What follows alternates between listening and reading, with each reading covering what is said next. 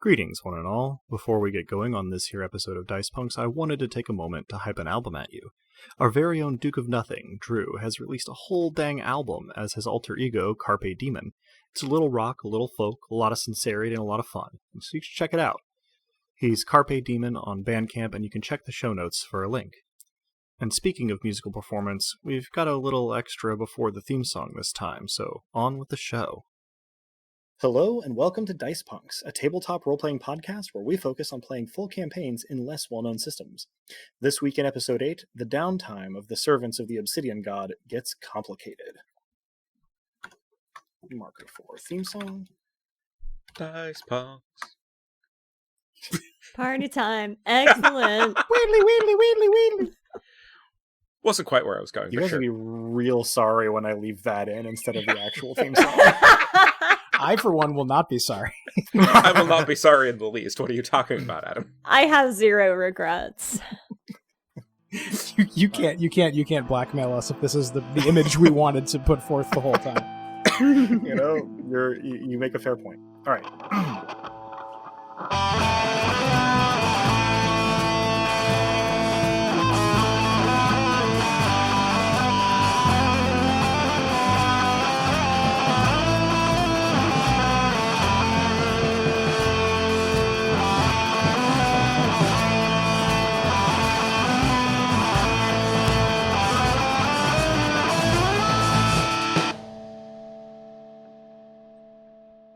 Hello and welcome. I'm Adam, your friendly neighborhood game master, and joining me are... Hi, I'm Drew, and I'll be playing Dosktir, Duke of Nothing, who currently understands nothing, can plan nothing, and knows nothing about what he's going to do to get out of his situation. I'm Robin, and I'll be playing Lyssa Crate, the drunken, dallying Duchess of Fury. I'm Dez, and I will be playing Romnet, who has been ordained by some, not a god, entity of darkness to solve people's problems, and well, look how that's going. Indeed. Thank you, guys. Before we get started, let's briefly recap any character stat growth, the events of the previous episode, get caught up. So first, we'll do, Des, you have a bonus XP roll every session. That is a pair of 4s and a pair of 1s. Well, one of those will get you your bonus XP either is for sufficient. this session. Hooray! Anybody spending any XP? All right. Well, in that case, I believe that this time the recap belongs to Lyssa, so take it away. Thank you. So while we were gone, Romnut was doing Romnut things. I have it on good authority that the last person to visit him was someone who seemed afraid of the dark, which is a pretty rough situation to be in if you're in a place like Fermata, where it's always dark all the time, no matter how many torches you light. Trust me, I tried. Once we got past the gates, we sought some medical care for Dosk, who looked worse than I realized. So I pointed out to Romnut that Dosk had lots of holes that needed filling, but he was not amused, and we promptly found an actual medical expert named Farna. Lovely lady. Did great work for Dosk and got him patched up as much as he could be, considering that someone had plunged all 10 fingers into his ribcage at some point. We then went to speak to our manager, the big them Elstairs, and we tried to get more information, but they instead attempted to bully us and called us tools. I'm not a fan, I have to say. I don't like anyone that thinks they can pressure someone else into doing something against their will, and certainly they did try to pressure us by literally trying to force us to the ground. So we went to the nightcap in hopes of taking the edge off. A talk with our big boss unsuccessful. I bought rounds for everyone again and invited Kaya to share a drink with me later if she was interested. Until her arrival, I had some promising company in the form of one named Thad, but we were promptly interrupted by a grieving woman who seemed to want the sun to rise. I covered her drink at least, but I hope there's more that we can do for her. Thank you. Very well done. And so that is where we rejoin our characters in action, is sitting at the bar in the nightcap with this woman who has just entered, sobbing on the bar and drinking very long swallows of something very stiff from a large clay cup, while the bar watches on in relative silence. I apologize for the cat noises. Never. Cat noises are the bedrock upon which podcasts are built. They are indeed. They are indeed. And they're blessings in context. That is an aspect of darkness you have behind you there. Also, there needs to be a cat in the nightcap, and we need to name it. Anyway. I absolutely thought you were going to say we need to name it the Night Cat, but okay. The nightcat! That's so good. By which I mean it's terrible, but I approve. Right. So, I lean over to Romnet and I say, is this someone you know from work? Do I? Believe that we had established in passing last time that you may have seen this person before, but you certainly have never had a conversation with her. Not that I'm aware of. I'm reasonably certain I've never spoken with her, although there are many in the organization who I have not personally made acquaintances with. Sure. And even if you talk to her, you may not have been altogether you at the time. Even so, your skill set's probably helpful, relevant. I see that the two lovebirds are intent on talking to each other about the woman instead of checking in on her. So I kind of give Thad a pat on the shoulder and say, "Excuse me for a moment," and walk over to where. Good. I walk over to where the woman, I assume, has her head down and is crying, and kind of kneel down so I'm more at her level and less of an intimidating figure. And gently kind of rest my hand on her back and say, "Hey, are you okay? Is there anything we can do? Anything I can do?" When your hand touches her back, she kind of tenses and jumps, but she looks over at you and gives you kind of a wan smile, and she says, "I don't know if there's anything anyone can do, really. I don't even know why I'm like this. I've lived here." And she trails off, gets a faraway look. She goes, "All my life, haven't I? But if I've lived here, how do I know what the sun looks like? Oh, gods, there was something. I didn't used to be like this. And she takes a big gulp from her cup and then puts it down and sort of stares into it and goes, "It was sudden. 2 days ago, I was fine. It's just like any normal person. The dark didn't faze me.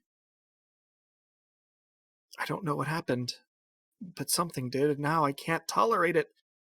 Even this," she gestures around the bar, raising her voice to be heard by everyone. It's a cozy little space, but it is dimly lit, like most interior spaces in Fermata. She says, don't any of you just want to be able to see? More And than she- you. Oh, sorry. I was just saying, she tosses her drink back, the rest of it all at once. She's probably had about half a pint of hard liquor in the last 5 minutes. Ooh. She's trying to give me a run for my money. Game is currently She's smaller than recognizing you. game, yeah. I kind of keep my hand on her, but kind of do like one of those maternal rubs on the back right between the shoulder blades, and I say, "Hey, I'm pretty new here, but I definitely am not a fan of the darkness myself. So I know you don't think anyone can help you, but why don't you give us a go? I'm Lissa, the Duchess of Delight, and this is my good friend Dosk, the Duke of Everything, and Romnut, the prophet with the most." She seems to have basically phased out after you introduced yourself. She goes, "Duchess of Light? Did you say of Light?" And she grabs your collar and sort of like pulls you close. She goes, "You have to help me." I can probably make you feel better, but I need your consent for a miracle. And I hold out my hand. She laughs bitterly and says, "A miracle maybe only can help me." And she rather decisively puts her hand in yours. Okay. I lean over to Ramnet and I say, she's extremely good at these consensual miracles of hers. I will just raise my eyebrow and otherwise keep my face not so much Probably blank as the nobody is expression it looking had at been. him. No, I'm paying attention. I will remind the listener that Dosk, having lost a lot of blood, is drunker than he meant to be already. So, Oh, sure. I was saying probably nobody is looking at Thad, but he gets a thoughtful look on his face at Dosk's comment. No! You're determined to keep Thaddeus around. I'm so mad. For the record, I have not said what, if anything, Thad is short for. Right. We'll just keep making it up. Yeah, we're going to change it every time. Anyway. That was a clarification for the listeners. Indeed. So we ignore Thadric. So I am going to do lesser creation and just try to inflict her with furious joy as I have in the past. Okay. And you can do that. I would also like to point out, it was a thought I had between last time and this time, that your realm attribute can do almost anything, like any domain, while you're in Fermata. So if there is something that does not connect up to your actual estate that you would still like to be able to do, Fermata is the place when you can do it. You have a lower attribute there. I think you're both at 2, if my memory serves. I know, but within that, right, you don't have to limit yourself to your estate in order to do miracles within the chancel. Brief mechanical digression. So level 2 gets us up to lesser divinations, learning about the realm, below which is ghost miracles, making trivial changes. I would assume in Fermata, creating a local sun is non-trivial, for example.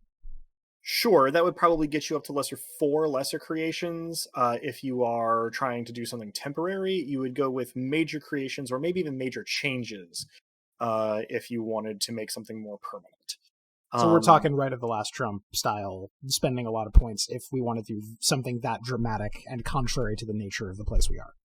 Sure. You're talking about using a deep miracle to get to lesser changes at your current attribute ranks. Sure.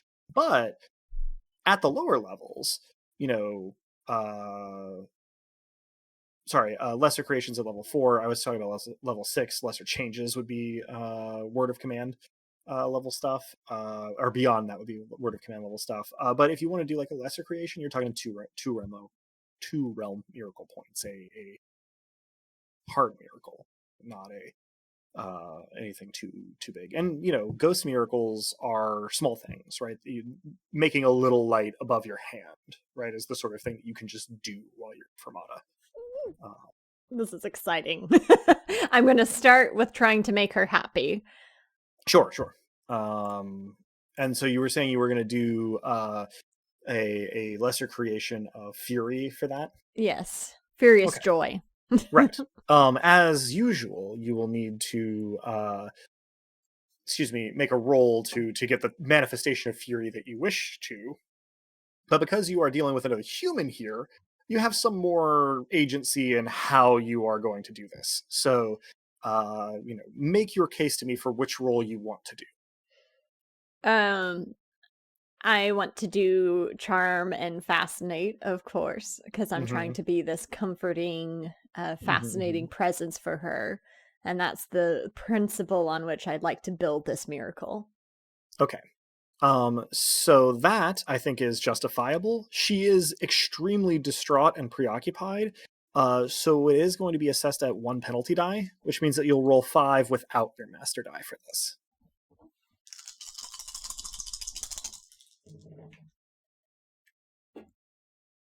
I got 3 8s. 3 8s is really quite good. Damn. Yeah, no, way to go. And let the listener know that Robin provided video evidence of this. I almost couldn't believe it myself, so I needed to put it on camera. this is a very sort of in the own home, bedroom, dining room kind of recording situation. But if one day in the distant future we are a truly professional operation for this, I would very much like to have something like Dimension 20 has, where they have a camera in the top of their dice roller. Oh yeah. So that when they make a particularly important roll, they do it in the box of doom, and you can see just that one dedicated view. That would be fun and helps to enhance drama in my experience. So you have a pretty substantial success on Fascinate here, accompanied by a Create Furious Joy, sort of miracle. So within that, tell me what happens. Ooh. I imagine that she would be pleasantly overwhelmed by that kind of furious excitement that you get, the kind of feeling you get right as you crest over. I know there's no roller coasters in this world, but right as that hill approaches Mm-hmm. and you're excited to go down the other side, or right before a day you're particularly looking for, children the night before Christmas, that sort of furious joy. Yeah, she sort of looks up slowly from her drink. Her eyes are a little bit unfocused. Her cheeks are pretty red, but you're noticing like her breath is coming like a little quicker, not in like a panicky way, exactly, but with excitement. And she just sort of gives you the like slow opening, like looking up at you eyes, and she sort of says, "My lady, I thank you. Will you? Will this last?" I'm still working out the logistics, in all honesty, but if you promise me that you'll drink a glass of water and maybe slow down on this a little bit, it's be a lot for a woman my size even. She nods slowly. She says, "Whatever you wish, milady," and looks down where Kea has already, while you were talking, furnished her with a tall cup of water and a bowl of hearty stew with a heel of bread, kind of in it. And she sort of looks at it and goes to reach for it, and then looks back up at Liz and says, "I hate to be a bother, milady, but I just feel so on edge. Would you stay with me?" Of course. For my part, while she's looking at Lissa, before she goes back to the stew into the water, I make those items luminous. Just briefly. Every little sparkle that might appear in a water glass is blindingly bright. Whether the change is to the water or to her eyes, I might not even be sure myself, but that's the goal. Yeah. You get like a real like Studio Ghibli or like Food Wars sort of plate there, with a little bit of like slow zoom on it, and you can, it doesn't actually make a little twinkling noise, but you can kind of, your brain supplies one, as she sort of takes a steadying breath and then starts to dig in. Thad sitting on the other side of you is kind of looking thoughtful and a little impressed, as he sort of just sips at his ale and just watches the goings on.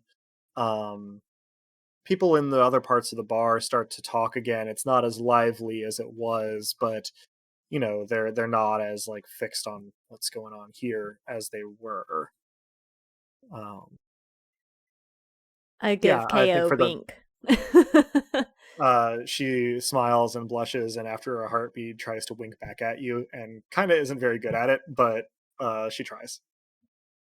I act like she is marvelous at it. So yeah, things have calmed down a little bit. You guys seem to have some downtime at the nightcap. Hard to tell time a little bit here in Fermata, but you get the feeling that you came in kind of at the end of the working interval. So you have what is essentially 2/3 of an evening ahead of you, should you wish to make use of it.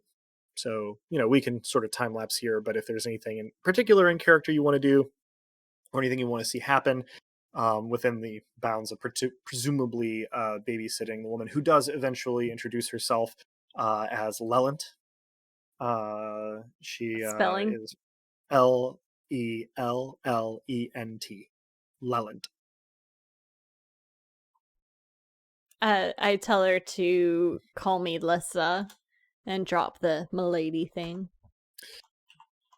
You succeed in getting her to call you Lady Lissa. I'll take it. Compromise. I will be sure to make good on my previous pledge to get Romnet's next water for him. I make a show of presenting it to him, and I repeat the luminescence trick just a little as I hand it to him. I will nod appreciatively at the gesture, the show, and the manner in which it is offered. I beam. After slightly more brightly than the water. After about half an hour, 45 minutes after Leland has come in, Thad's friends are leaving the bar. They call him away. As he's heading out, he sort of leans over as he passes by Lissa, and he says, "You seem like real cool, and I'm usually here in the evenings, so just if you're interested." And then he gives you kind of a finger guns, and follows his friends out of the pub. I finger gun back at him. Oh, Thaddington. So, for the listener, Robin said that while just holding her head in her hands. The very face of resignation.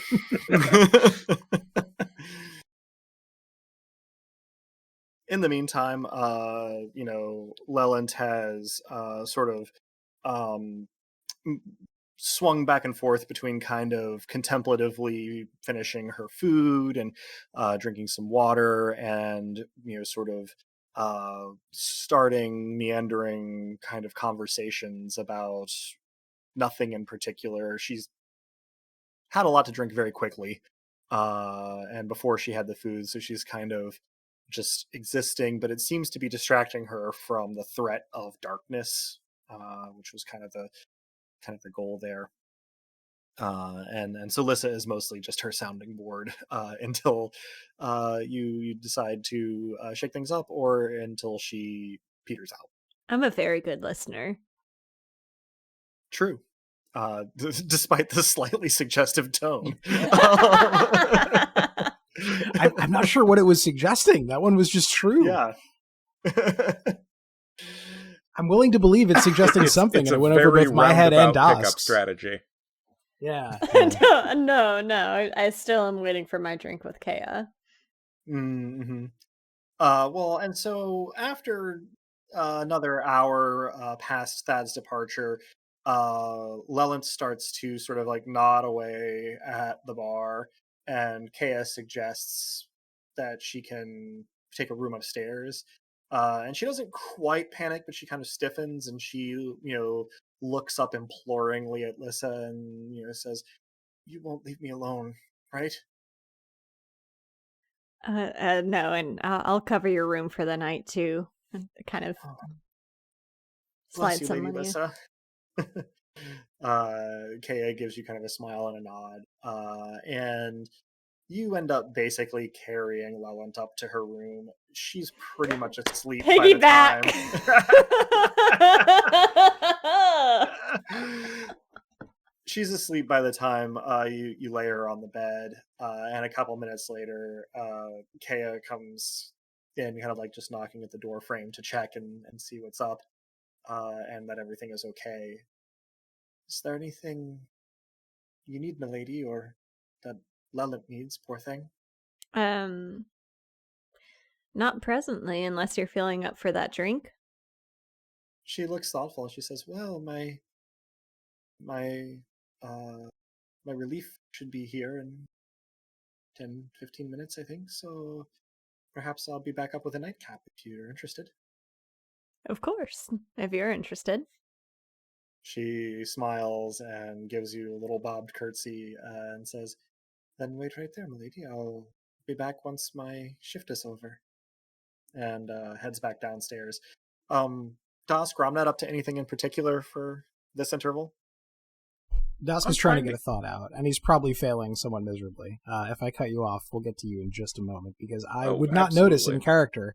Because I am saying I owe you some time. I mean, this is time, but time outside of this, away from people, with no violence and no work and we said we would take some time for just us, and I would still really like to do that if you still would. Yes, that would be lovely. Do you have a thought on the nature of that time? Oh, I mean, with you is the essential nature of it, I suppose, but you know better than I what to do around these parts. What's a place in Fermata that brings you joy that you haven't been to in an age? Well, I suppose a few questions. How are you feeling, and are you hungry? The first would require a somewhat complicated answer, but the second is easier, famished. Well, while we're on our way, I suppose we can leave Kaya a note for Lissa, as it were.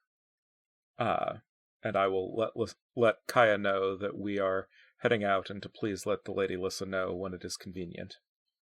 Kaya is glad to oblige. I have the strangest feeling we won't be missed. Yeah, I don't think anyone would expect that. There is not so much a restaurant as a house, and not so much, it's not really open to the public. It's more the food equivalent of one of those, like, speakeasy bars where you have to know the location and the knock and the password. Mm-hmm. And it's in the quiet city, so I lead Dusk on a scenic and roundabout trip through the riotous and then the quiet city, making sure that it is not taxing on his energy or anything like that, but just providing an opportunity for conversation. And if one knows the location and the knock and the password, then one is served a meal as a friend of the proprietor. Thank you, Cat. That would be the proprietor. Giant angry cat, yes, sure. Das, for his part during the walk, is sort of letting the fact that he probably has more spirits in him than blood at the moment burn off slowly, enjoying the riot of the riotous city, enjoying the quiet of the quiet city, and enjoying being led, and is immensely grateful for the time and for the secret, and when it comes to that, for the food. And at a couple of points I will ask for stories of your time before here. Lacking a filter, Dosk says, I was, and perhaps am still technically a monk. I once joined an order on the Salt Shoals, the Order of the Aleph. I don't know if word reached Fermata about it. They have a very complicated set of beliefs. Ostensibly, they believe that all time and all space will eventually converge on a single point, and they're preparing for that in some way. I think just there will be kicks some time Adam, in the future. I'm going to roll lore for this. Oh, yeah.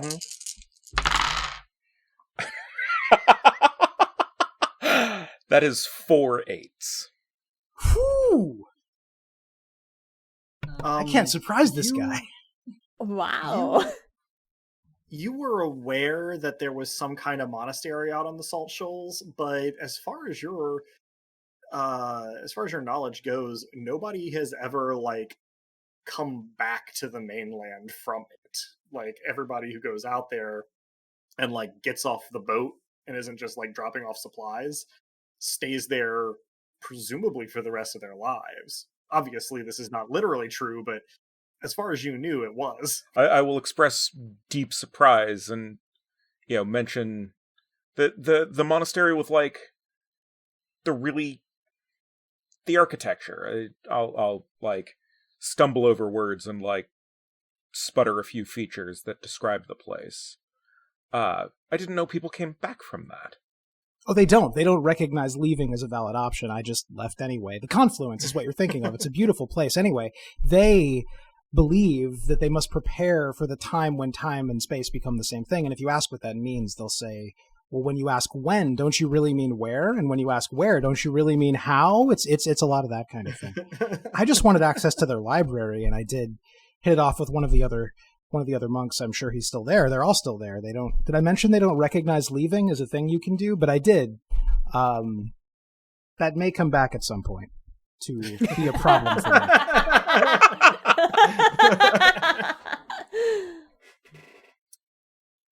What did you find at the library? Oh, it was the most marvelous collection. I assume a lot of them were books of their own composition, works of obscure philosophy, but a tremendous collection of histories. The Salt Shoals have an absolutely fascinating history of changing hands and rivalries, religions, more religions than I realized existed in all of Taraxis, if I'm honest.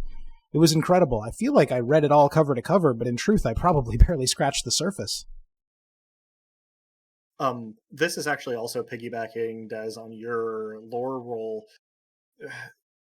In recorded history, at least, there shouldn't really be that much civilization in that area of Taraxis. Like, clearly the confluence is there, so people can live along the shore of the Siamir and the Seru Delta and out on the barrier islands and stuff. But as far back as your histories have ever shown, there aren't exactly like a lot of different groups moving in and out of the area. So it appears that there are two possibilities here. Your knowledge doesn't go back far enough, or some of this has been fabricated or exaggerated by the monks writing it. Perhaps a third one would be that there are simply things that were unknown to the history that you were taught, within the same timeline.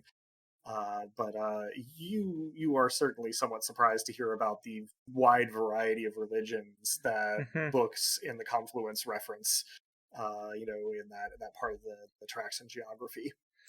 This was but of course, I want to be clear.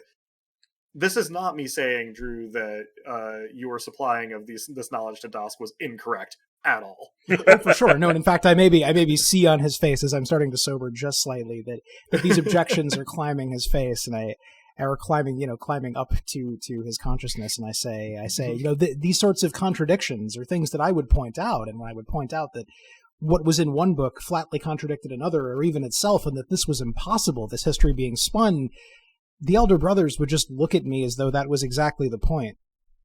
Sort of a wry look, as though what I was reading was perhaps not history but prophecy, and as though I ought to start thinking of those as the same thing. Did I mention I left? Yes, and well, when one foretells things, the future is just a different past. Of course, you have a professional interest in this. That makes all the sense in the world. I will mention that and that pauses in character, performed out near there at one point. I have since, I think, misplaced some of the skill at it, but I will name a nearby, well, as nearby as can be had, relatively large city that would be on a troubadour's circuit. Interestingly enough, that would probably end up being Ferret. In that case, I've heard of it, and I probably don't have to roll. Yeah. That would be the city from which Dusk hails. So in lieu of a response, eyes once again like dinner plates. And at that point, possibly we get to the place where there can be dinner plates with things other than eyes involved. Indeed. Oh, and grateful as hell is Dosk for the presence of that. Not that he's happy to be rescued from the conversation. In fact, I'm sure it continues. Yeah. But dude is hungry. Oh, yes. Yeah. Let's jump back real quick. You guys are having a lovely dinner, and we can recap anything that is particular from your conversation there. Let's jump back over to Lissa for a moment, though, and her vigil over Leland, who is sleeping pretty fitfully, but remaining asleep, and doesn't seem to be in danger of waking when Kea comes back upstairs holding a wooden tray, with two surprisingly fine polished silver goblets on it. And she's looking a little bit sort of red, as though she is self-conscious or embarrassed. But she comes up and she says, "Milady Lissa, I wanted to let you know that your companions had gone on to dinner together and wanted me to let you know that they had left. So it, well, is just the two of us and Madame Lallant at the moment." Oh, good for them. I take a look at the two lovely goblets and tray that she's brought up and kind of gasp and say, "Oh, this looks wonderful. Thank you." "Well, it is humble fare, I'm sure, but it is what we had around." You are seeing her actually for the first time without her apron on, which is not like a dramatic change of appearance, but certainly seems to have changed her bearing a little bit. And she sort of walks up to you and sort of like gives a intentionally formal, almost to the point of being comedic, like little bow and flourish with the tray. And the goblets hold one holds a measure and the other holds a double measure of some kind of very sort of floral bouquet brandy in them. And she says, "Your choice, Lady Lissa, of which portion you'd prefer. I'll have the other, regardless." I take the one with the double measure. When you reach for it, she picks it up before you can grab it, and she says, "Of course, milady." And then, cheeks absolutely burning, sets the tray on the mantelpiece and sits in your lap, and goes to pour it into your mouth. I let her. Damn. And I kind of support her lower back with my arm to make sure she doesn't fall off my lap.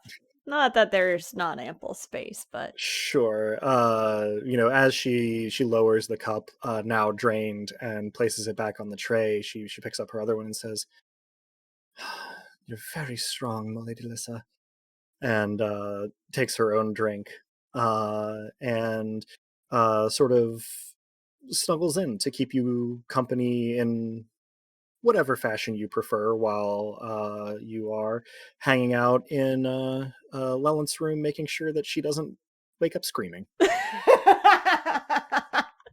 One of these dates is significantly less awkward than the other. Yeah, we have a bit of an audience.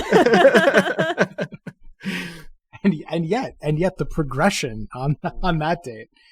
My mind. Yeah, well, and for what it's worth, Kea seems to be really enjoying having sort of the lion's share of your attention, and has just grown apparently very fond of you, especially having perhaps this evening seen two other people kind of fawn over you. Has emboldened her some. It's also kind of clear that maybe her measure of brandy was not the first thing she'd had to drink before that point. But a little liquid courage probably played into it. But yeah, she's happy just to spend the time with you and to follow your lead. Yeah. And I give her my whole attention and make her feel like she's the brightest star in my sky. Very, very good. And the evening thus passes. We'll give Dask, Ramnet, if there's anything in particular that you guys would like to loop in from your dinner. Very private by design, it sounds. And you are able to, discourse long on many things. But if there's anything in particular between then and Dask's body just demanding that he sleep, this would be the time. I will say that with some portion of his remaining strength, though certainly enjoying the food, the conversation, the location, all of the above, Dask is exerting some amount of energy, insisting that he must kiss Ramnet before the night is over, and torturing himself over what would be the correct moment to do so. And I'm going to say that as we're leaving the secret place, that's when he finally decides it is time to venture this. Yeah, so, you've had a lovely dinner, you've had a lovely conversation, and you're leaving. You step out onto sort of the front steps of the establishment, as it were. And Dask finally reaches his decision point. I think this is on you for narration, dude. I think it is. No, thanks, Des. Thanks for the very... Well, no, I mean, my incredibly crass question was going to be whether this was a roll. I don't think it has to be a roll. No, we've already, both of us smoldered at each other.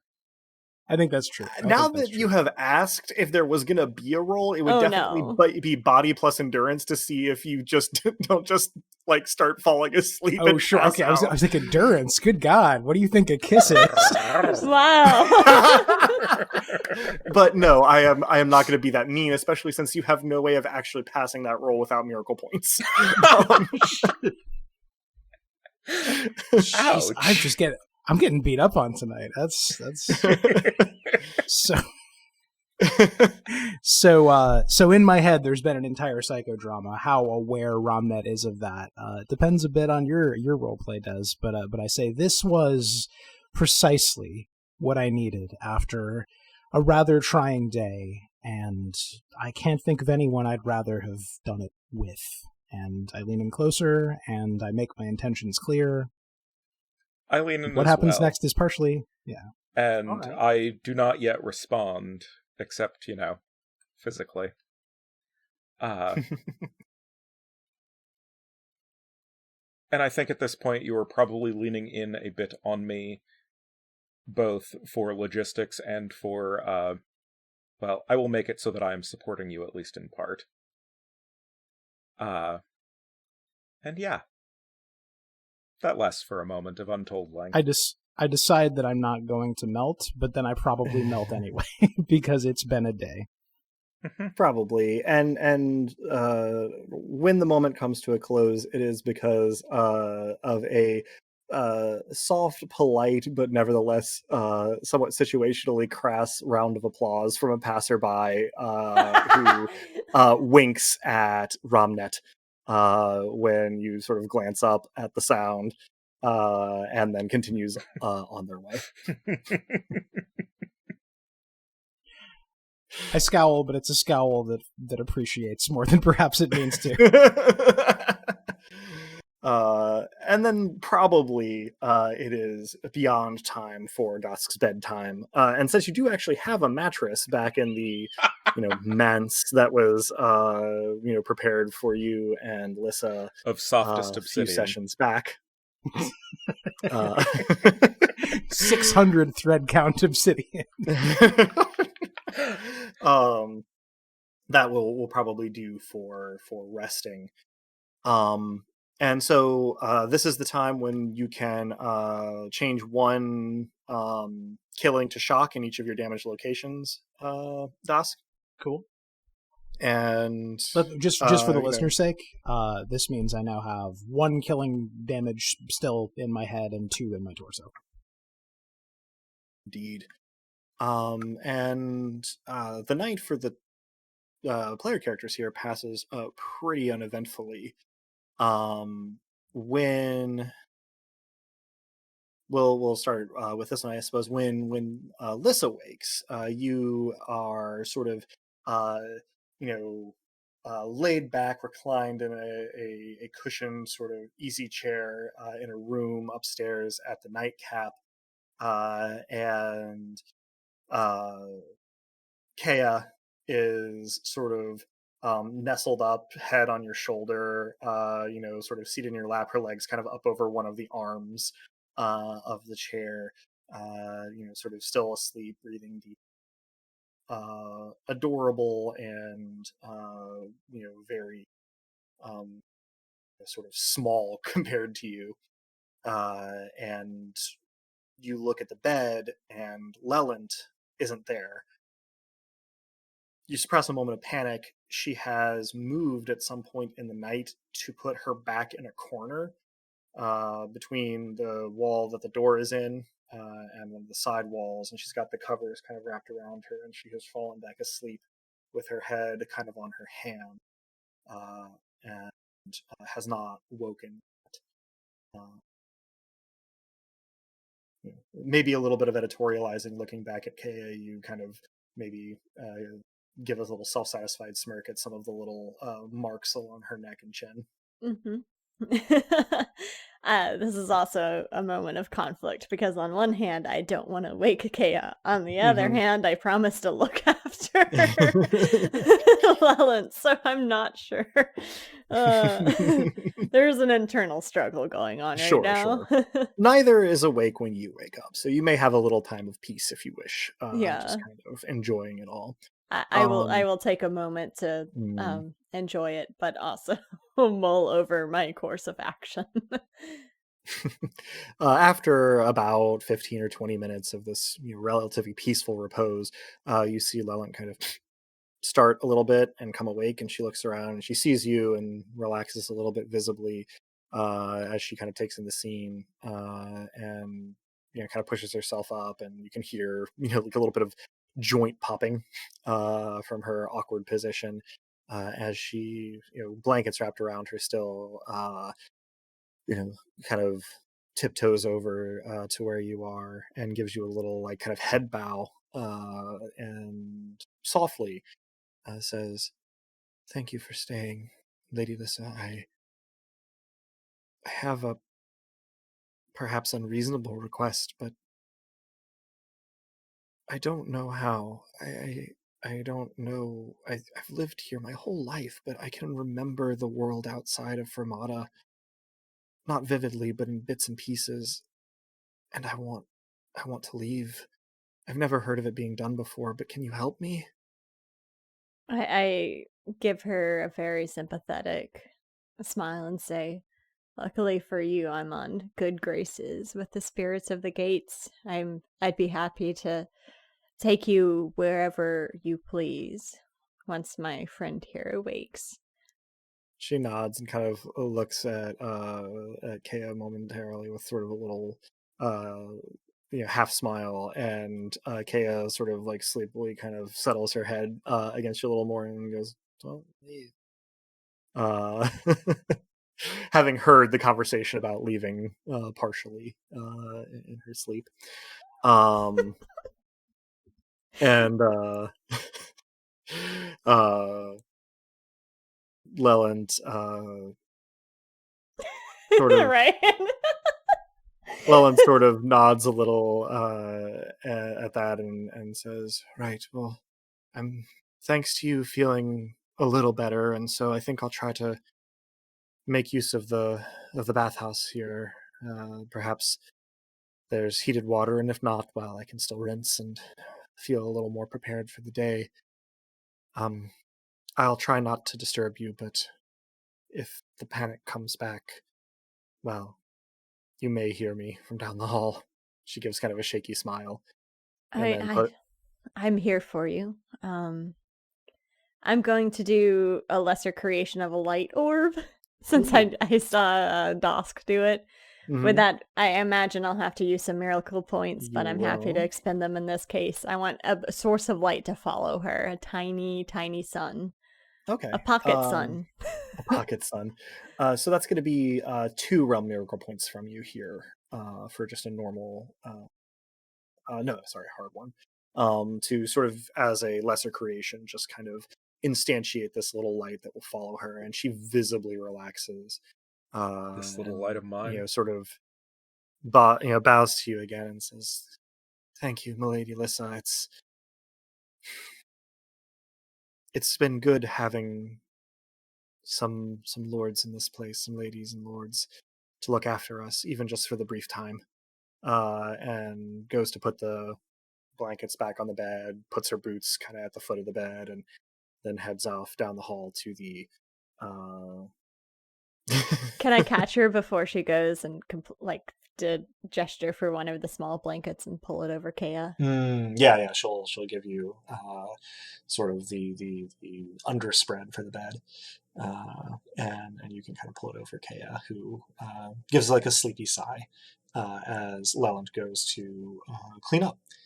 In the meantime, Dusk, when you awake in your like massive, opulent obsidian bed with a like down mattress and pillows, all sort of wrought of black silk,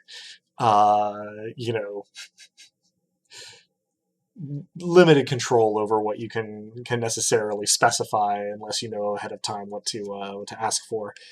Here, you ache terribly, but you feel better.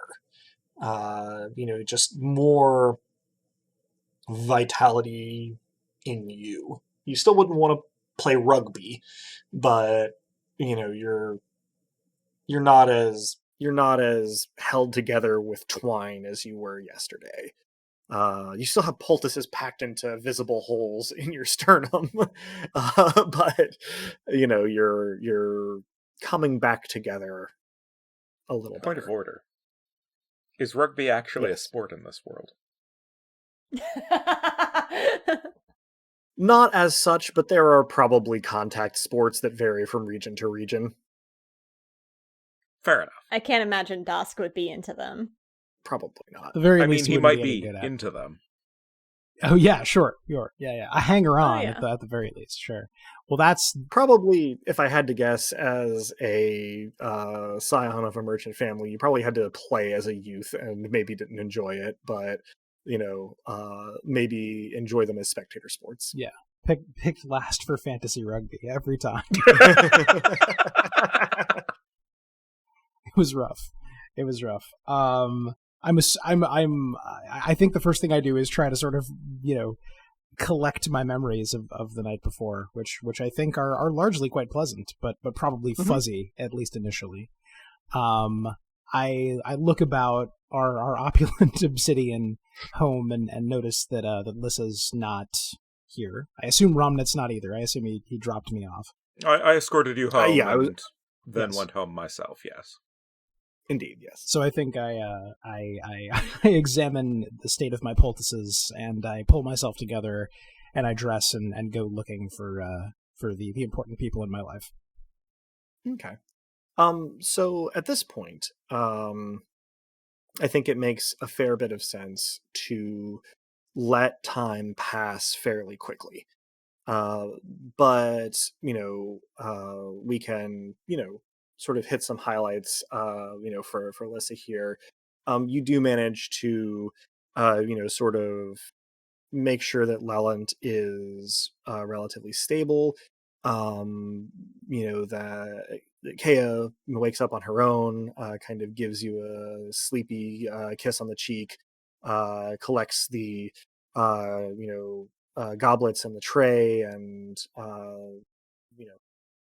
murmurs her kind of appreciation of having a good night with you last night, and then goes down to get her shift started and sort of freshen up a little before she has to serve customers and things.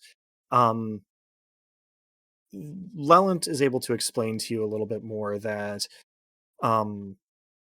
people have occasionally tried to leave. The gates pose a problem, but not an insurmountable one. Yeah, especially if you're willing to like try to swim the canals. But none of them have ever, for reasons that she doesn't quite understand, actually made it. They always come back, regardless. And she hasn't known people personally, she's just heard the stories. So she doesn't know what, if anything, they said about what kept them here. But knowing that the possibility is there, knowing that she has this little light for a little while, and knowing that you can look out for her, she says that, she thinks she can hang on. She won't try to drink a whole bottle of whiskey, again, going forward. She lets you know where to find her, a modest house in the quiet city, if you need her, and otherwise, she'll try not to make a stir, but she'll come find you if she's having this, sort of panic reaction again. And that if you figure out a way to get out of the city, that would be ideal for her, as far as she's concerned. Before time accelerates too much, as I'm walking in the general environs of where we live, do I see any acolytes? Occasionally. It's unusual to see more than one in a given hour, just kind of in the general motion of the street, but they're around. I do get their attention when I can, and I'm kind about it because I know it's what Lissa would want, but I say, it would tremendously please the Duchess and I if you could bring anything you can acquire that is furiously soft or furiously bright. And I use a ghost miracle to make what appears to be light in one hand and what appears to be a downy pillow in the other. The acolyte gives a very solemn, slow nod and then moves off, presumably to do what you asked. But it's hard to tell. I take the shotgun approach and just do this exact shtick whenever I have the opportunity. All right. And so, that leaves everybody here by mid-morning at, sort of able to do with approximately 2 weeks, what it is that you wish to do.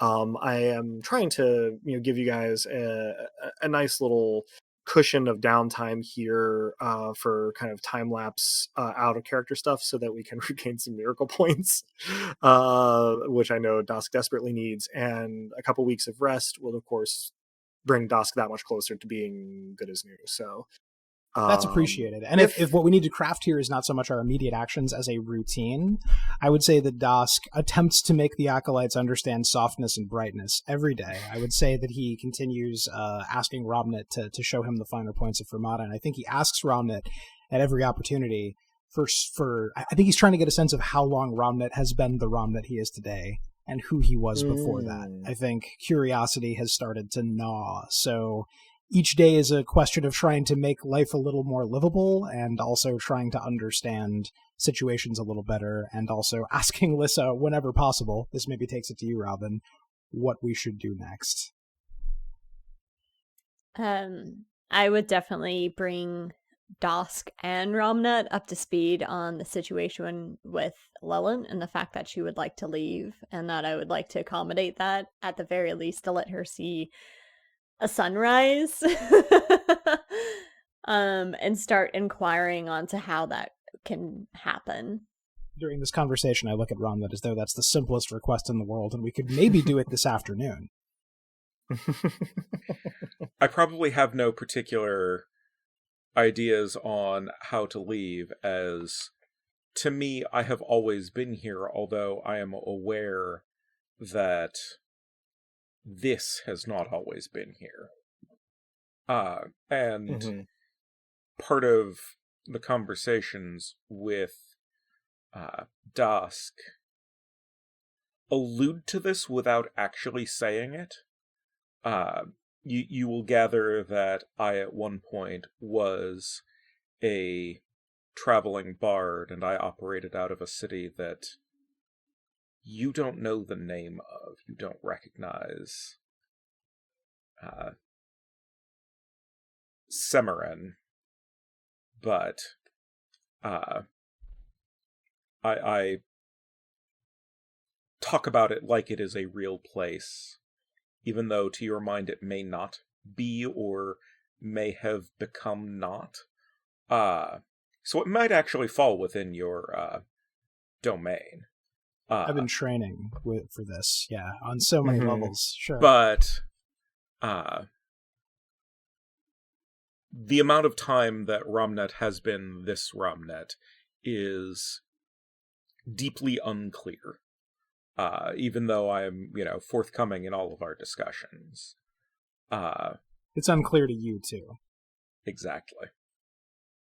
So, one thing, too, when the idea of Leland leaving Fermata is presented to Romnet, you don't hear the Obsidian God's voice, nor do you speak with it, but you do just kind of have some kind of noetic understanding that the answer is no. That Mott will not allow someone to leave this city We'll see without about that. their express permission. I will bring in that it may be wise, or at least make the endeavor worthwhile, to seek their express permission. Questions that I have about your activities here, real quick. Lissa, are you trying to kind of pin down Varric at any point during all of this? Absolutely. I check in on him as soon as I have some free time. I may dance around the fact that I had another episode, but I will try to get him to put down the drink and pick up the hammer again and go to the forge appointment that I arranged for him. When you do find him the first time, he is looking better. He hasn't really been like, what's the word I'm looking for here? He hasn't really been trying to get going again, but he has sort of throttled back. He's actually made some friends, maybe not like boon companions, but like, people who like he knows something about and like, spends a little bit of time with. They've been teaching him a card game that is apparently unique to Fermata. That he's just been like betting pennies on, and just kind of having a good time with. And so he seems a lot more on stable footing. He's a lot easier to talk into the checking out the smithy that you point him to. He is unnerved by the suggestion that you may have, in his words, relapsed.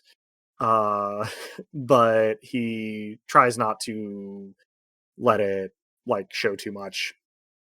And seems to mostly be doing better, but even having put like probably 3 and 4 drinks down from his initial state here in Fermata, he doesn't really look amazingly well to you. It's not like he looks sick or feverish exactly, but like he looks a little sallow, a little sunken. I would check in on him frequently for the next 2 weeks, even if it's just to get him out to different restaurants and use it as an opportunity for us to discover Fermata together. Yeah, he's genuinely, happy to once he gets back to the smithy. He, seems like his attitude has improved a fair bit, and he likes your company, but he also likes going places. He also likes going places with you because you're important, and he thinks that's fun.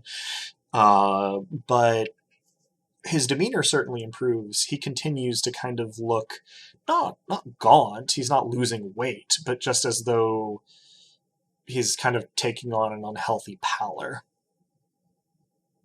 But you can't identify anything particularly wrong with him either. He seems to be doing better by all other metrics. So, yeah. Romnet, during the span, you of course have various supplicants at various times, mostly unremarkable for your particular purposes and standards. You hear a little bit from time to time about Kethy Fall, the other Fearer of Darkness, has means enough to have basically isolated himself in his house. He has family who visits him, and he's happy enough to see them. He doesn't seem to be panicking anymore exactly, but he is spending probably about 6 times more than the average person on candles and lamp oil, Mhm. and seems to have been dedicating himself to study of some sort, according to acquaintances. Still, it's nice to be reassured that he isn't constantly on the verge of a breakdown, Yeah. as he was first ran into him. You also actually run into Rini Serica again, the woman with the sort of small changes to her body that you gave advice, to sort of pay attention to it as a gift. And she seems actually quite chipper compared to the last time you Oh, saw good. her, and proudly shows off a second thumb on one hand that she has one day, and she God, if we can build civilizations with one thumb on each hand, imagine what we could do with two. nothing koalas haven't done. So get stoned and fall out of trees. There you go. It's not such a bad life. But yeah, she's particularly pleased that the changes seem to be getting more significant over time, and sort of seems to have done a bit of a 180 on that. Otherwise, you don't get any particularly remarkable ones. There is somebody whose hair color has changed, not routinely like Rini Serica's body, but went from being sort of like a raven's wing black to sort of like a carrot red, and otherwise no other changes, but they are not quite sure, and they are worried that it might be a sign of the obsidian god's disfavor, since it was such a bright color. You do your best to put their mind at ease, and they seem mollified, but otherwise it's mostly on that level of not particularly world shaking Sure. issues. Could The we say acolytes- real quick, by the 4th day, let's say, I take to visiting Romnit during work hours sometimes, and on my way out I see the supplicants, and I make a candle last unnaturally long, or I make a second thumb look unnaturally beautiful. And in the meantime, I bring beverages or the Fermatan equivalent of bento boxes to be enjoyed cold. If you are ever around at Maybe breakfast, I will offer you coffee. Let's say I am sometimes. Yeah. Every once in a while, if you could roll a charm graces for me, Sure. actually, just to see how well you get on with the I can townsfolk. do that. Let me remind myself how many dice that is real quick. So that's It going is to be 5. 5. Alrighty. And that is 3 1s. Okay, but as I understand it, because you are a striking sad boy, that means that it's actually 3 7s. I'm really glad I made you say it again. Yeah, it's 3 7s. I take every opportunity that I can. Okay. Let's say I do a little Zoolander lip pout whenever I do anything to systematize that a little. just always blue steel. Exactly. I should have called the skill that, yeah. Or the advantage, yeah. So yeah, you spending some time kind of getting to know folks, like you already had sort of the sense that you were maybe preternaturally lauded and kind of accepted by the people here, but now they're starting to get to know you a little more personally. You get the feeling that the vibe that they get from you is of like a beloved but strange uncle that you might have a goofy diminutive nickname for, but didn't actually call him that to his face. Probably 90% of that comes from your sartorial choices, though, and people start to kind of look for you, when you're coming around Romnet's place. I'll take it. We haven't mentioned my Speaking sartorial of- choices in a while, right? But they're mismatched, and let's say as I've had some time in Fermata, I've probably collected other pieces, each of which are fine in their own right, but none of which mean much in reference to each other. So, if anything, I've gotten stranger. Indeed, almost everything you would have picked up in Fermata would be either black, white, gray, or silver. So at the very least, the shirt that had to be replaced is deepest, midnightest, outer spaciest black. In contrast to whatever colorful stuff I have on. Indeed. And while we were talking about what's going on Romnet's doorstep, I believe, Romnet, you had something you wanted to get into this time lapse. When I actually did spend some XP a bit back, I acquired the permanent attunement spell for what did we name this damn school? The Truth and Darkness. Indeed. We have not decided what that actually looks like as an attunement, but during this downtime it might seem reasonable we can figure it out off screen and then at some point have the cast go. Well, another possibility here would be that you don't actually know what the possibilities of success or failure would entail. You have found the description of the spell, you could perform it, but it is obscure enough to be missing any information on what could happen as a result of success or failure. Well then, that's appropriately unreassuring for you, Adam. That's the brand.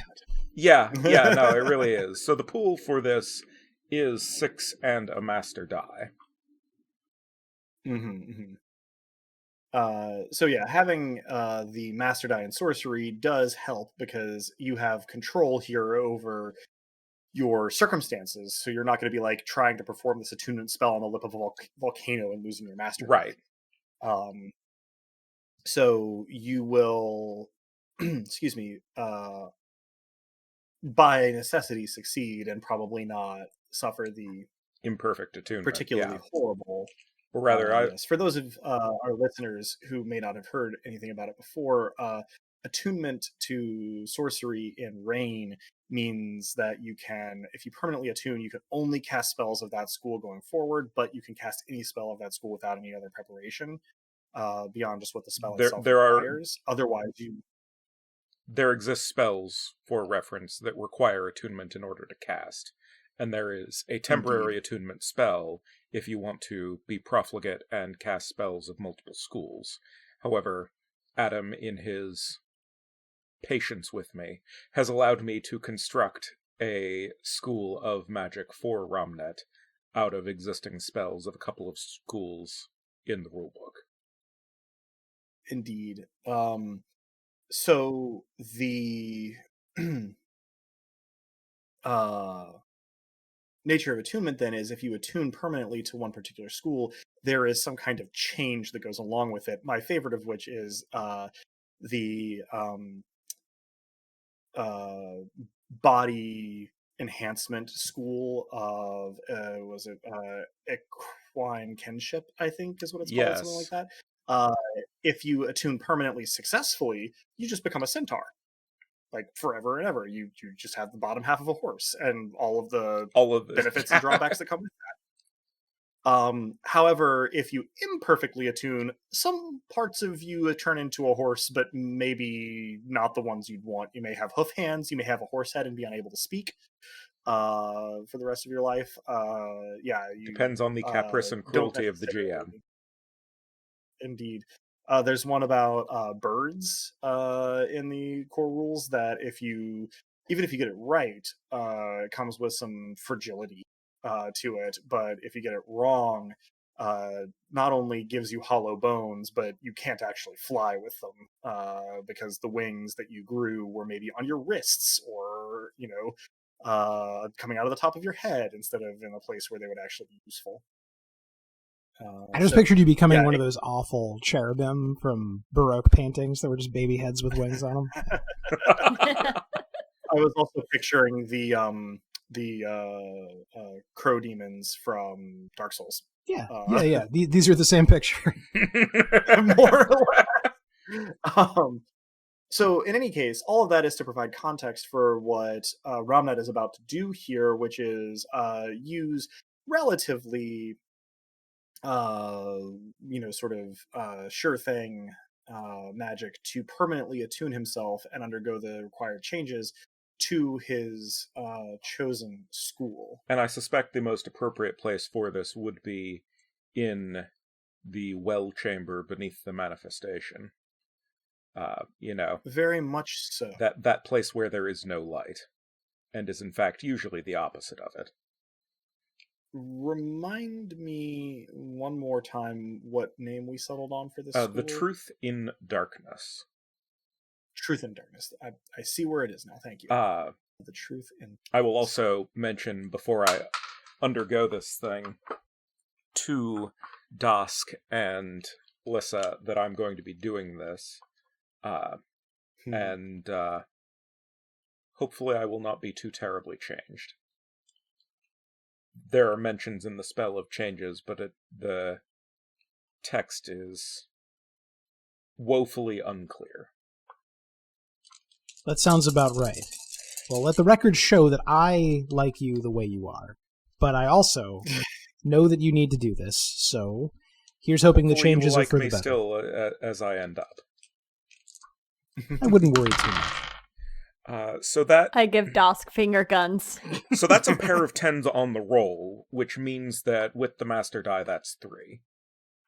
3 10s. Excellent. So obviously it goes off without a hitch. You take yourself down in solitude to the heart of the chancel in the cavern beneath the manifestation.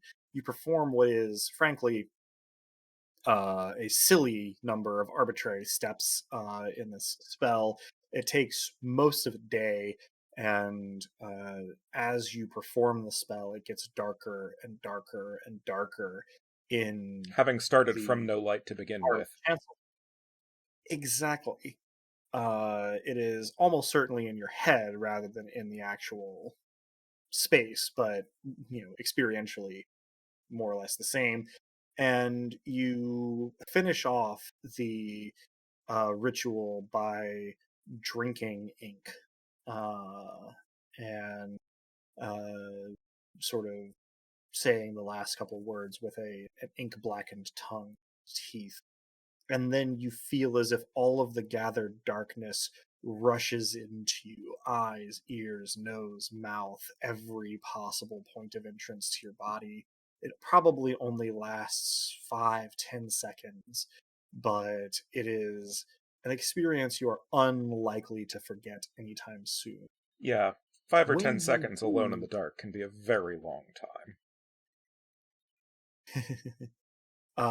When you do sort of regain your senses, though, you feel less surrounded by darkness. You can actually sort of not see exactly, but perceive around you better than you could when you first came in. You can tell it's still as dark as it was, but you simply can sense around you better than you could.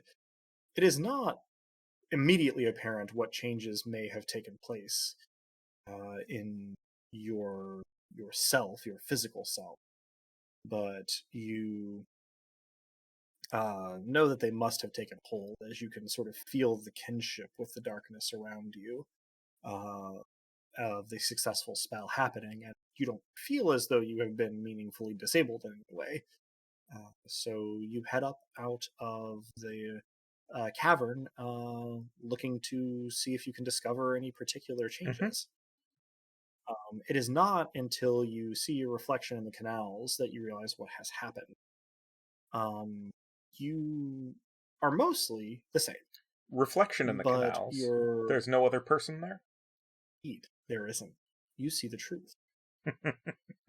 And so you see your reflection in the canals, and where your hair had been a reddish brown, it is now black. Doesn't quite describe it. It is like you are seeing the silhouette of hair, but without a backlight. There is no shine off of your hair whatsoever, and it sort of moves not as though a flame, but almost like a sort of smoke kind of coming up off of your head. Somewhat more upsetting, though, is that, well, you still have eyes. You still blink. You can feel them moving around when you look this way and that. But to all appearances, your eyes are just holes in your head with sort of wisps of darkness trailing Adam, out this of is them the as your second head time that moves. you have given me Smoking Void Skull.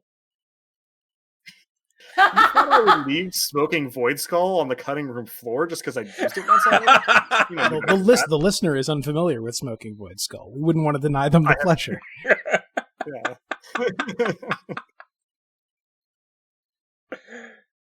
And for what it's worth, this time you do still have eyes.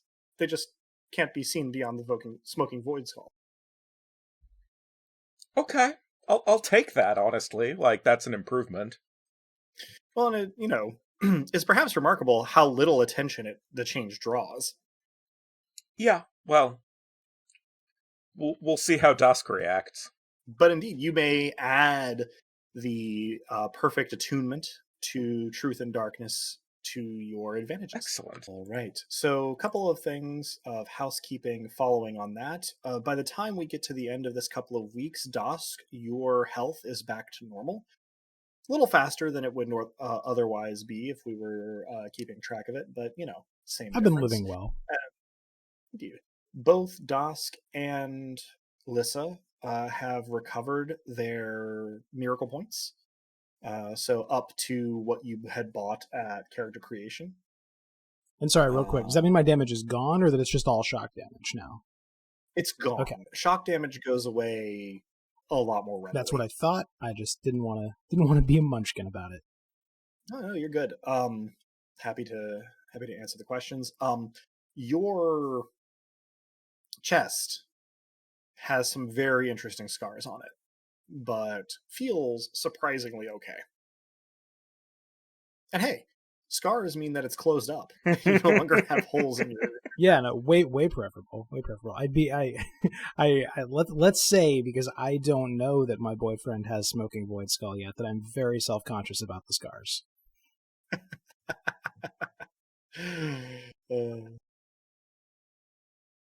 Okay, one more logistical-ish question for Lissa.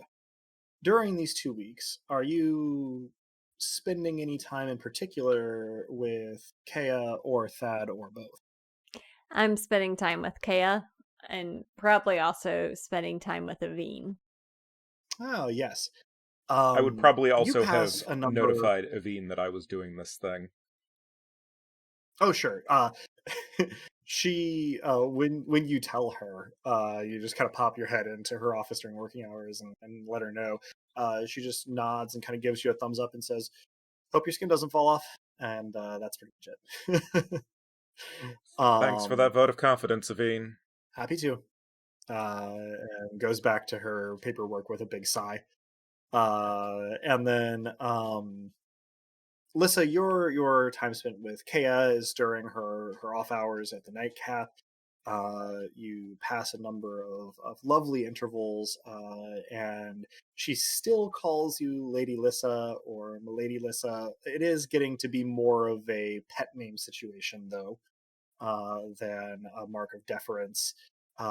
She seems to enjoy the sort of differential in your physiques quite a bit, and is growing to be more comfortable and less sort of easily flustered around you, except when the moment seems to call for it. Good. I like her flustered. She seems to enjoy the game as well. When you manage to speak with Aveen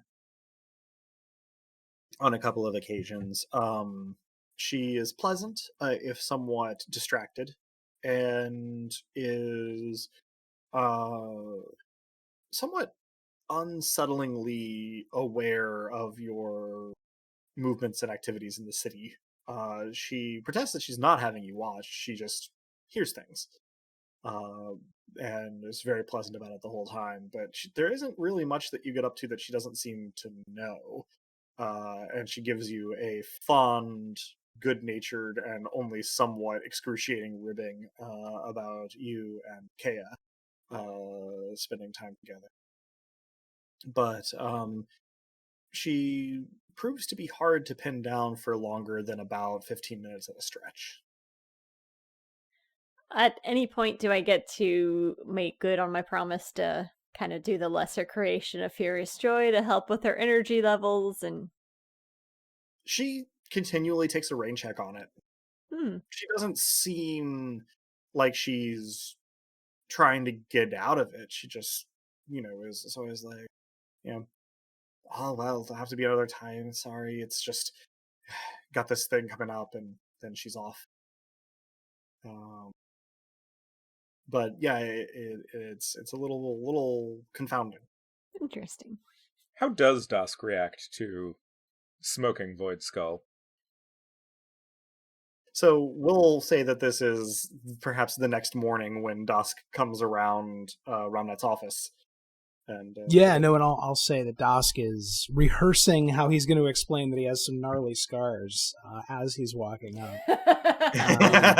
He's got he's brought some manner of let's call it like ice. We may have invented iced tea because we know that cold is necessary, but Ramnet finds the good coffee, so Dusk has some lovely Earl Grey in hand and drops it upon seeing Smoking Void Skull. Makes an attempt to catch it, makes a mess of things, and then says, having taken a moment, it's not a bad look for you. Well, I'm glad to hear. I was a bit worried. I no longer see other people in the canals. I see my own reflection. Wait, really? So when you see the you in the canal and it's you, the eyes are the same. Are there still eyes back there? To the best of my knowledge, I move my perception around in the same way I had before, which is to say, only aware of it when I'm thinking very hard about it, and that's weird. Well, in point of order, you also can rub your eyes. Oh, okay. Like you have eyeballs. Then the simple answer is yes. They're apparently obscure.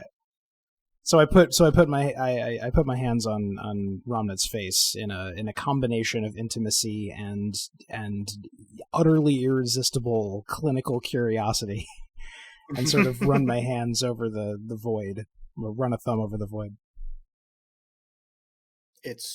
There's a cool sort of like you've put your hand in front of like a dry ice fog machine, and there doesn't feel to be anything there. I say, somehow it's only made you more you. I don't mind a bit. That's reassuring. How are you this morning? Excellent. I may need to go find some more tea, however. For the record, too, Ramnet, your petitioners, constituents, and parishioners, I guess may be the word for it, have very seldom commented on the change to your hair and eyes. Fair. Are there any other things that I notice other than apparently slightly better vision? Or more accustomedness to the darkness? Yeah, you don't really need things like candles or lamps or torches anymore. You notice that your vision gets sort of more monochrome the darker it gets. And additional light helps you to perceive a broader, richer spectrum of colors. But it also hurts your eyes after a while. If you've got one candle, you can go for a couple hours without really feeling the pain to your eyes, but if you light like 2 or 3 lamps or a mirrored lamp or something, like it's probably only about 15 minutes before you're like, I really gotta just like get rid of that. Okay. So yeah, probably the general Also, light level is lower and also generally fixed behind me. as for your hair, it's not like your eyes where they appear to be gone but you can still feel them. It's just like running your hand over your head is just, it's like running your hand over skin that has dry ice smoke over it. It's only moderately disconcerting. Yeah. Does keep you from getting like, hot and needing to like open a window or like, dab your forehead or whatever. Just It actually a does dashing fog machine.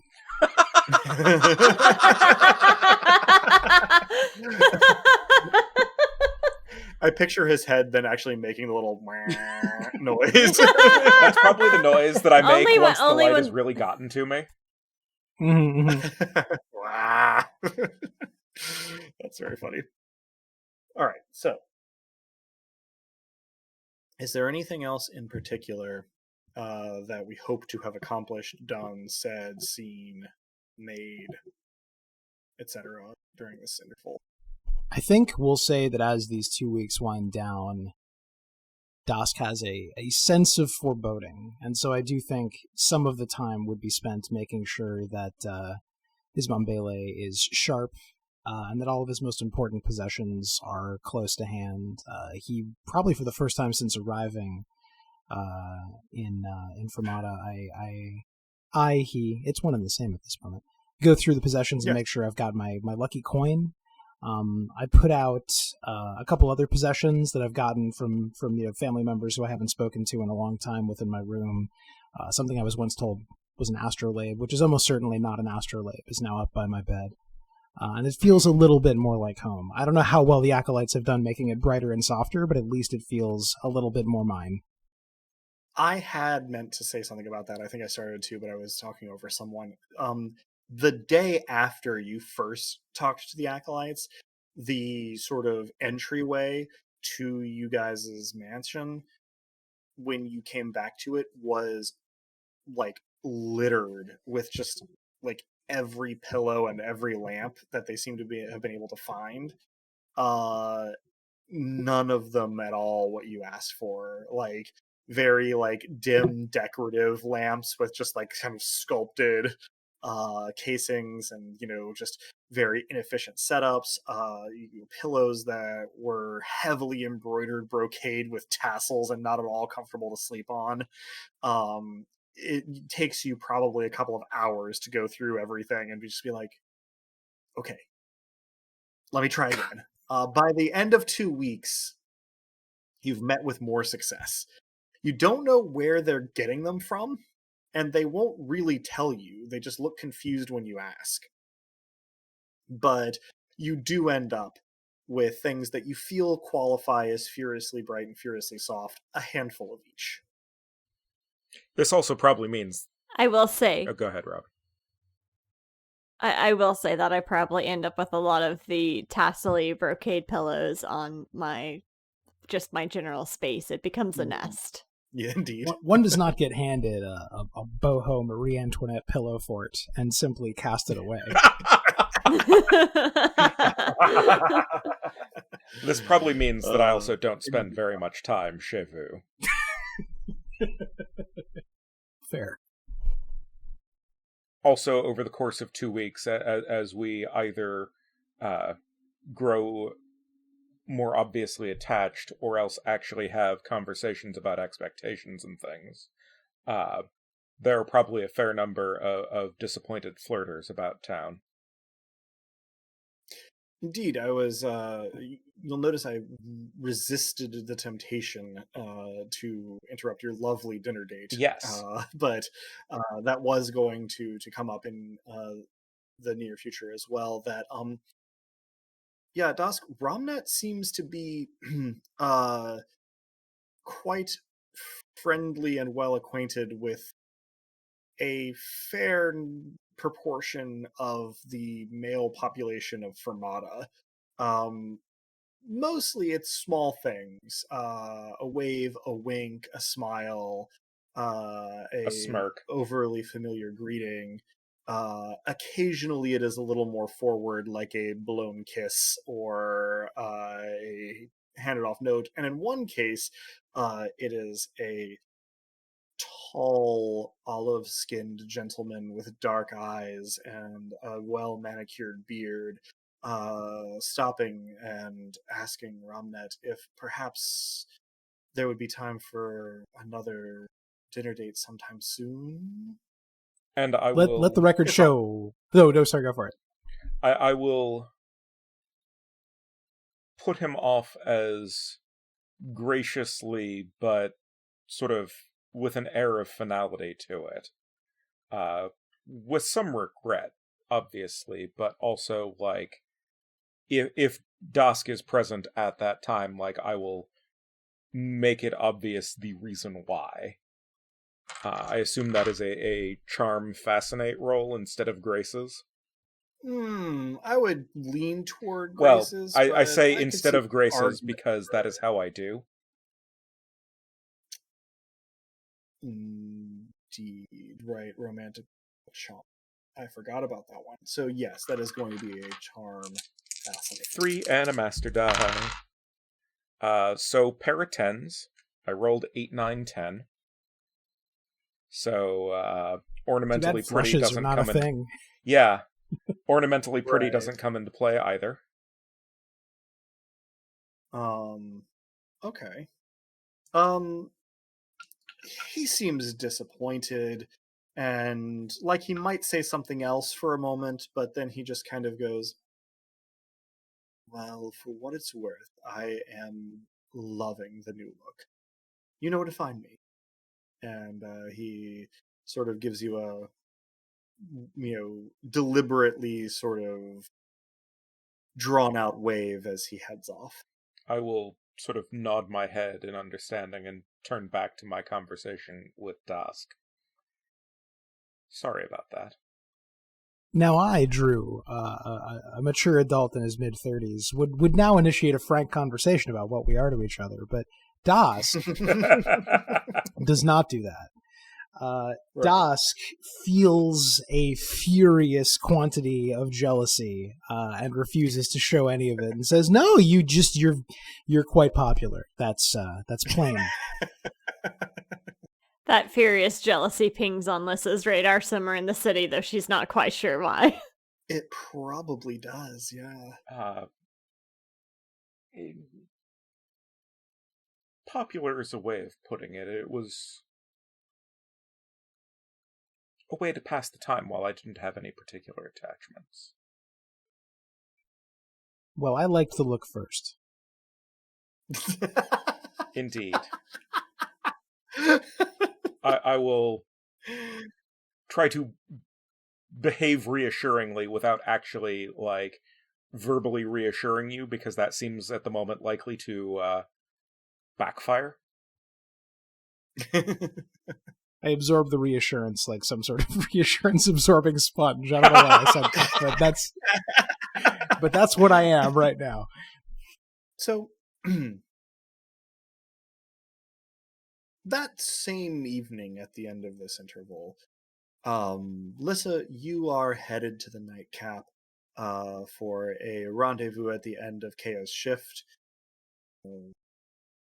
Arranged when next to meet after your last dalliance, and you walk in and you see one of the other servers there, a young man with sort of flaxen hair, looking a little bit worse for wear, and he looks up and sees you and just says, "I'll be with you as soon as I can, milady," and bustles off. There doesn't seem to be any sign of KAI.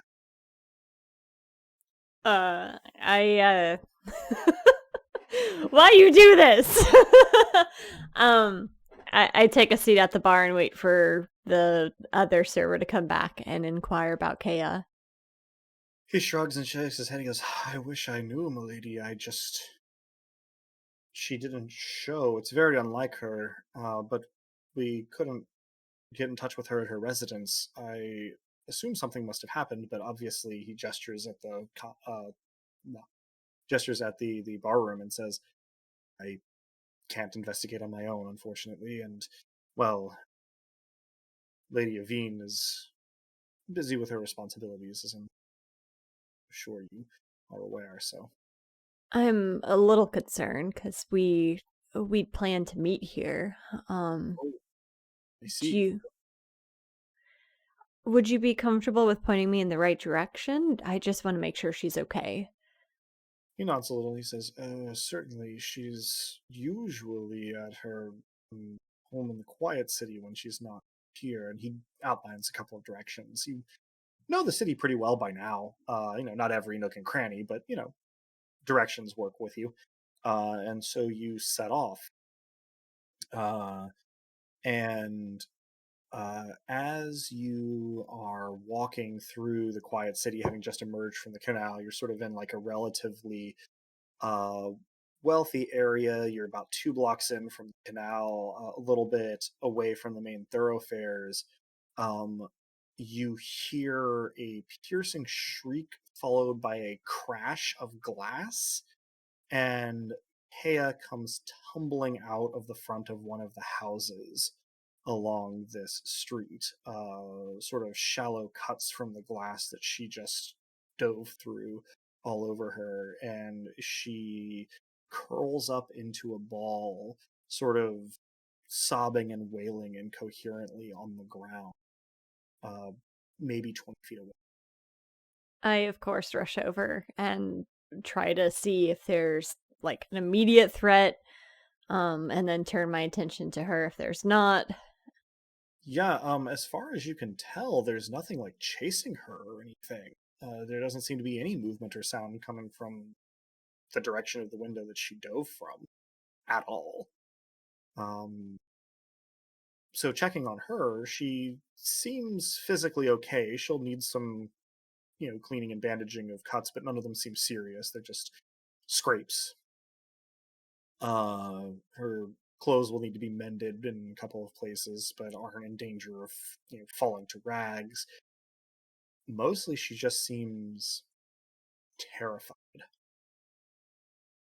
I ask her what she's terrified of, suspecting that I may know the answer. She sort of flinches a little bit at the sound of your voice, and then looks up and she goes, "Oh, Lady Liz, I don't know. It's so dark." And she throws herself into your arms.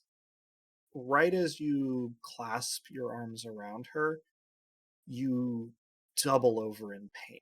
It takes you a second to figure it out, and you manage not to drop Kea, just barely. But a moment's consideration, and you realize Fury is under attack somewhere. And that's where we'll end our session for. So, everybody can get one mortal experience for this episode. And not just Dosk was healing up. I don't remember if Lissa took any damage or not, but if there was any damage around. I already took the remaining shock damage off of my head from the lovely Siren's Kiss.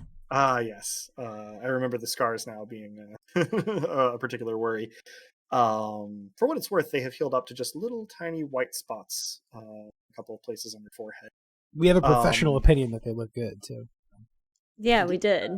Farna was, sort of considering she liked them.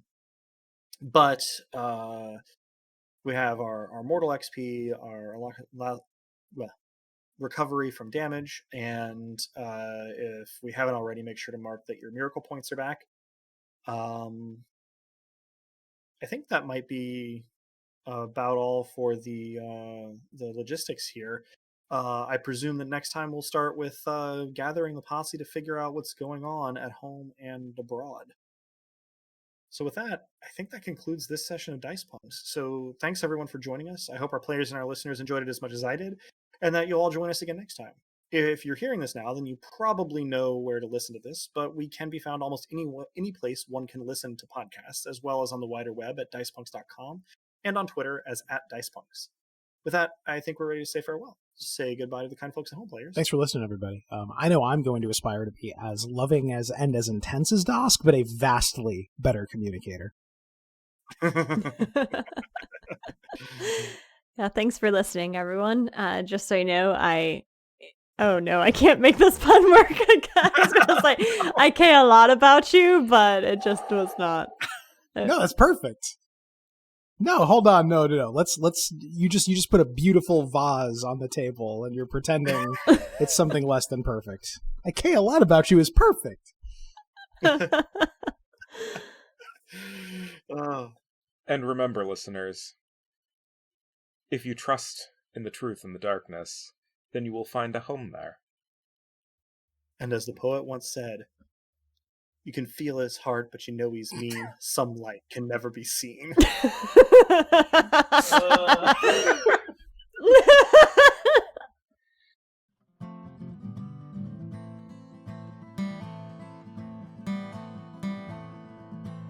Thank you, dear listeners, for tuning in, and stick around through the admin stuff. There's a Romnet prophecy with Dez waiting for you at the end of it. The songs in this episode, theme of the Dice Punks, and its acoustic version were written and recorded by the Duke of Nothing himself, Drew. Cover art is by Joanne, who will be behind the scenes for the time being, but played Rue the Gremlin in our Psionics one-shot. Site design and graphics for DicePunks.com are by Robin, the player behind the irrepressible Lissa, the Duchess of Fury. Rain and the one-roll engine it runs on were created by Greg Stolze, whose work can be found in, well, a frankly astonishing number of cool places, but I'll point you toward gregstolze.com. Nobilis was created by Jenna Caterin Moran and can be found alongside much of her other really intriguing work both in and outside of tabletop role-playing at afarandsunlessland.wordpress.com. Links to both systems and authors can be found on the Punk Grimoire section of our website, dicepunks.com. Thanks so much for listening. If you liked what you heard, that's reward enough on its own, really, but if you're so inclined, you can help us out by rating and reviewing us wherever you listen to us, telling your friends who you think would like us to give us a listen, and even by heading over to our Patreon at patreon.com/dicepunks. We have fun rewards available to backers, including a patron-only Discord and access to the Dice Peaks after show for episodes 1 and following. Regardless, we hope you'll tune in again. Until then, remember, subtlety is for cowards.